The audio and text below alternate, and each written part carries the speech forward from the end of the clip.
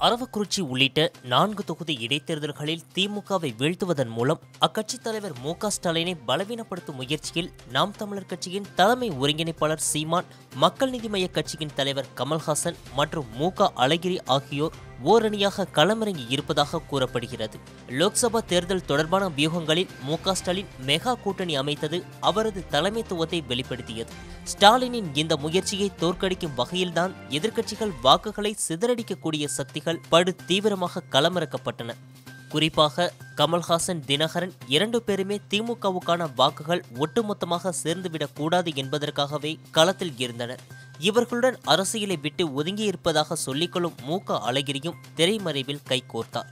வாக்குப்பதிவு நாளுக்கு முதல் நாள் தமது ஆதரவாளர்கள் அனைவருக்கும் அதிமுக கூட்டணிக்கு வாக்களியுங்கள் என உத்தரவு போட்டவர் அழகிரி.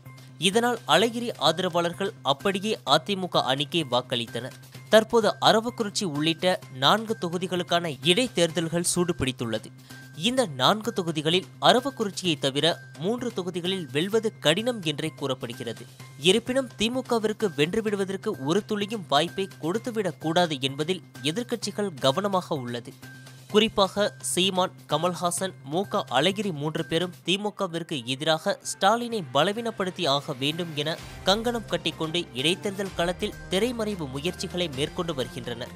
இப்படி செய்வதன் மூலம் திமுக தொண்டர்களுக்கு சோர்வு ஏற்படும், கட்சியிலும் சலசலப்பு ஏற்படும் என்பதுதான் 3 பேரின் எதிர்பார்ப்பு.